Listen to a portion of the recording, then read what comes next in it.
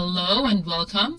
In this lesson, we are going to look at PCI DSS scoping. So we're going to talk about scope of PCI DSS requirements. So I know I mentioned that I want to go over this document, this PCI DSS standard document, because I want you to be familiar with security controls, because this document is very, very prescriptive and it's telling us how we can meet or satisfy the requirements of PCI DSS.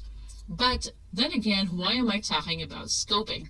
So I just want to touch on this real quick because I want you to know that scoping is a good skill to have, because not only this is helpful for you when you are doing your PCI DSS assessment, but also other kinds of assessments. So knowing what is in scope of your assessment will help or will be helpful so that you don't have to put in a lot of work and time and effort on something that may not really be needed and not really part of the scope of your assessment. So again, scoping is important and PCI DSS will give us a glimpse of that. So yeah, let's dive into it. So again, I mentioned that the CDE, or the cardholder data environment, is comprised of system components, people, processes that store, process, and transmit cardholder data, or sensitive authentication data, or SAD. And also, they may not be those components, but they have unrestricted connectivity to system components that store, process, or transmit cardholder data and sensitive authentication data. So again, that is the CDE, and also part of the scope will be the system components, people, processes that could impact the security of the CDE. So again, they may not really be the part of your CDE, but they are also in scope because they can impact the security of the CDE. So here we have examples of the system components, and we are going to also look at them deeper in another video. Now, we are not going to read all of these, of course. Again, we are going to have another video that we can where we talk about this as well.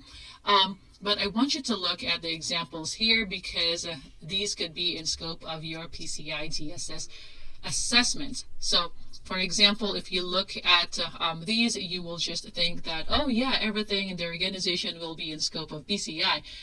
Then that is true only if you don't have segmentation.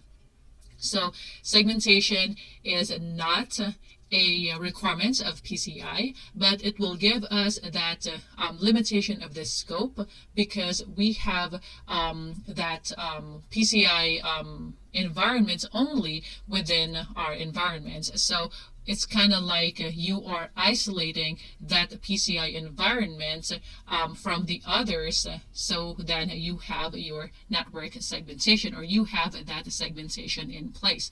So here, for example, we have virtualization components such as virtual machines or virtual service or routers. So let's say they're a virtual server. So again, they're also part of your scope. So you can just take a look at all the scope or the examples here.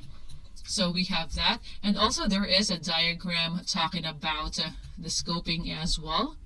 So you just need to make sure that you are understanding this as well. So again, if you don't have segmentation, then everything will be in scope of PCI. But if you implement segmentation within your environment, then only those that are within scope of PCI will be included in your assessment, and not those systems outside of your segmentation. So again, I just want to throw it out there.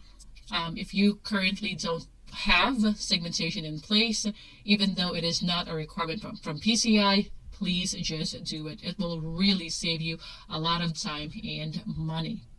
So to help you determine what's in scope and what's not in scope, so you can just ask yourself, basically, is this system component or does this system component store, process, or transmit cardholder data or SAD?